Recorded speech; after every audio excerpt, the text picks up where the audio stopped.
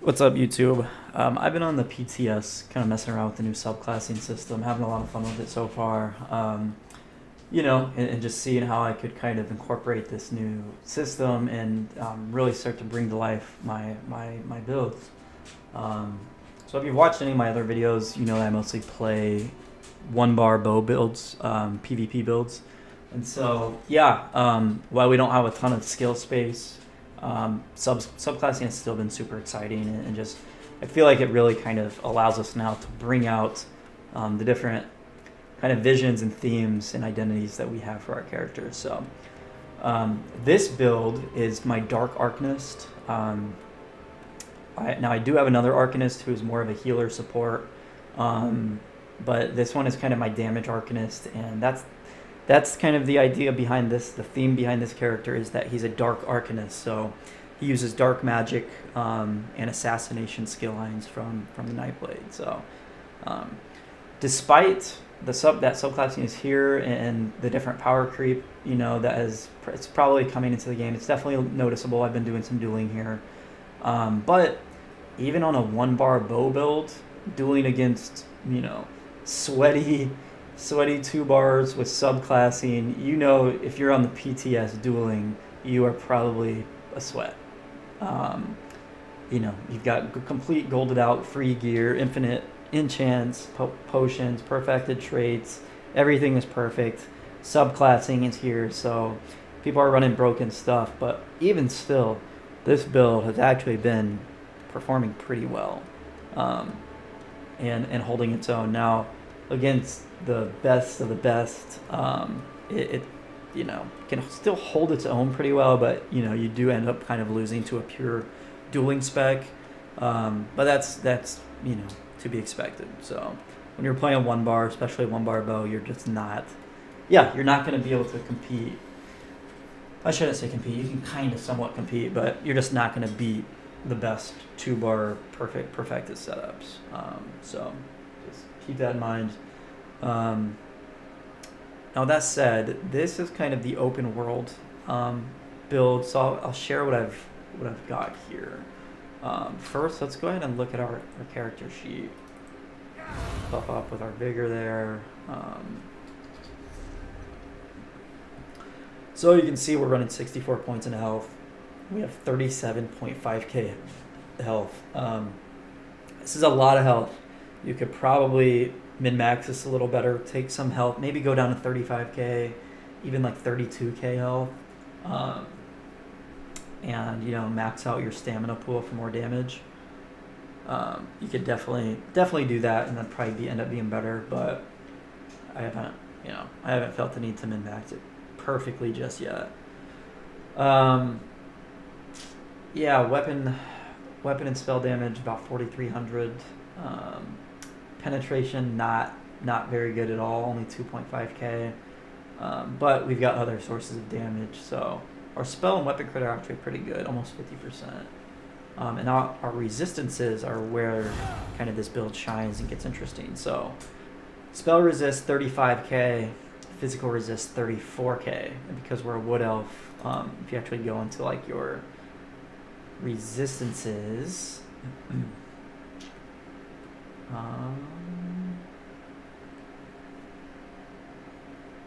Disease and poison resistance. Let's buff back up. Are actually at 36, almost 37k disease and 37k poison. And then 35k spell, 34.5 physical. So very high resist. And crit resist are at 2.7, almost 2.8k. So this build's very tanky with the 37k 0.5 health as well. Now to get these resists, you'll kind of see how we're doing that, but we are running the Lady Mundus Stone. So again, these are all things you can kind of tweak to your own personal play style. I've been feeling in the duels and in open world, this has definitely helped my survivability a ton. Just an absolute ton. But I do play other builds that are just all damage, and those are fun too, and still somewhat survivable. So seal all these buffs. We are running Oaken Soul. We are Vamp Stage 3 for Undeath. And we are running Smoked Bear Haunch. But let's get into kind of some of the sets.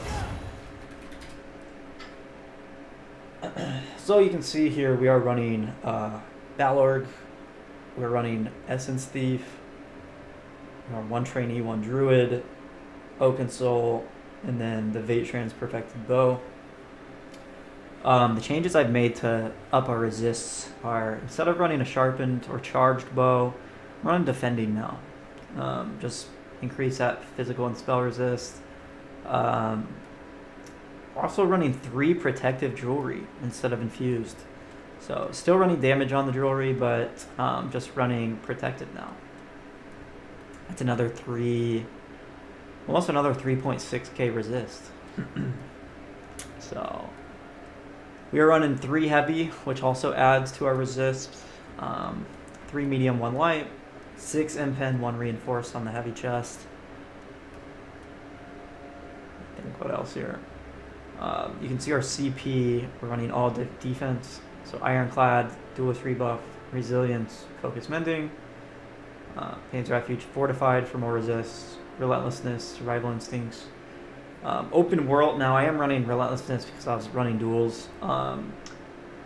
You can keep that, but actually in Open World I switch this out for Celerity. I like the movement speed more. It's just something to keep in mind. In the green you can do whatever.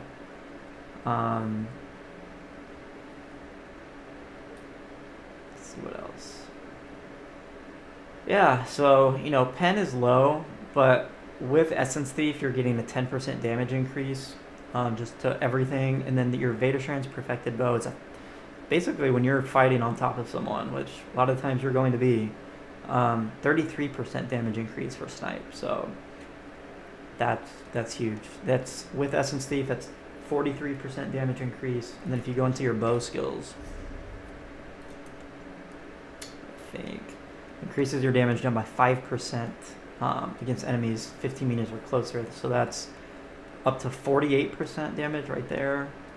And then Hawkeye, dealing damage with a light attack increases the damage of your bow abilities by 5% up to 5 times. So that's an extra 25% there when you're light attack weaving your snipes and other skills.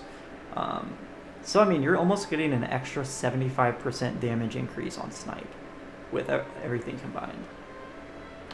So pretty good. I mean, you could get better pen. Like I said, I think it'd probably be best to maybe cut the resist down just a little bit. You could go from defending to sharpened. Maybe you could drop some of the points from health, put them into stamina to increase your damage. However you want to do it. But when Balor goes off, then your pen is going to go through the roof. So I don't think you necessarily need it. This build, yeah, you're just kind of playing defensive. You can see from the skills, we're running Lethal Arrow. Could run the other morph. Either one's fine. I'm running Impale. So a couple reasons. This is a really good execute.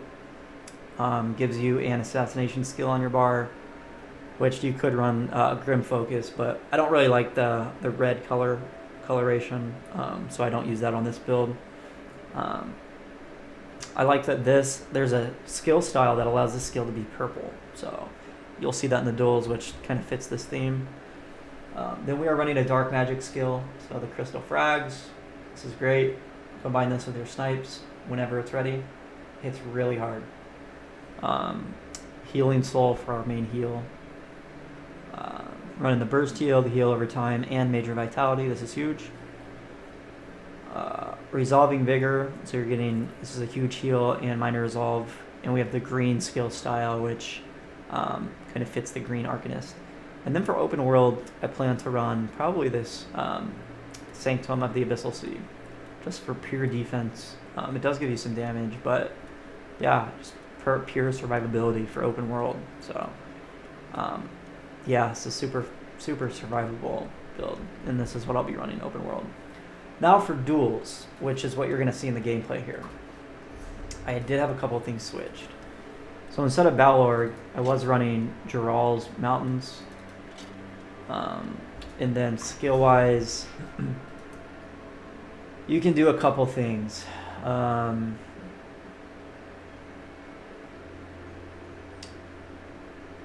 So you can keep Soldier of Apocrypha here. You're going to increase your health, stamina, magic, or recovery by only 81. Not that great. But we're not actually running any of these abilities for duels. I was running in cap, which I like because not only is it really good for duels and it gives us a stun. In the gameplay, I actually was running this skill line. I wasn't getting a whole lot out of the passives. The only passive that we're really using, because in the duels, for my ultimate, I was running in cap. That gives us a stun on the build, and I just think it's better for duels. You know, yeah, I just thought it was way better, had way more success with it. And we get the purple skill style. So again, you've got purple skill styles on both of those assassination skills, just matching with the theme. I love it. So that's what we were doing in duels. So with that said, yeah, since we are not running any, yeah, that's right. You're not running any of these Soldier of Apocrypha skills. None of these passives are useful. So for duels, let's go ahead and swap that out.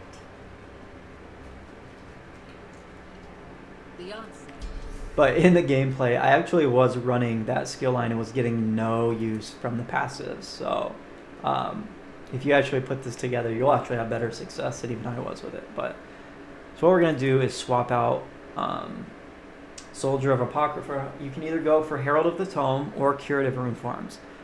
I was thinking for duels or even really open world, which again, open world, I'd run Soldier, but it's up to you. I'm probably going to go with Curative Rune Forms. Now, if you wanted to go Herald of the Tome, I would only do that if you plan on running the ultimate, because, or if you want to use any of these other skills, I wouldn't on a 1-bar, but that's up to you, kind of your idea for your character. The only way I would use this if I was running the ultimate, but I wanted the stun from in cap, and I just think it's better for duels. So what we're going to do is swap it out for Curative Rune Forms. And with this, we're still not going to run any of the skills. But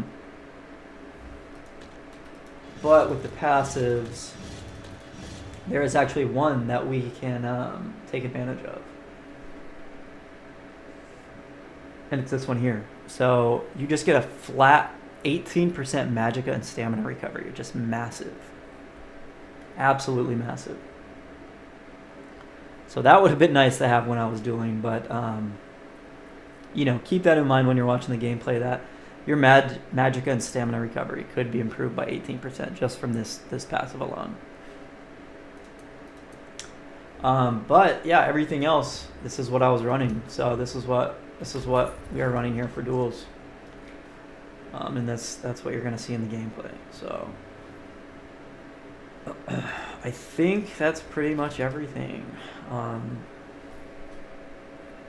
I do have some other builds I've been, you know, trying out on the PTS that I'll be sharing, but yeah, I'm just excited for everyone to get in here and start, you know, kind of messing around with the subclassing and seeing, you know, what you can come up with and how you can make it fit, you know, the vision you have for your build. So without any further ado, let's go ahead and jump into that gameplay.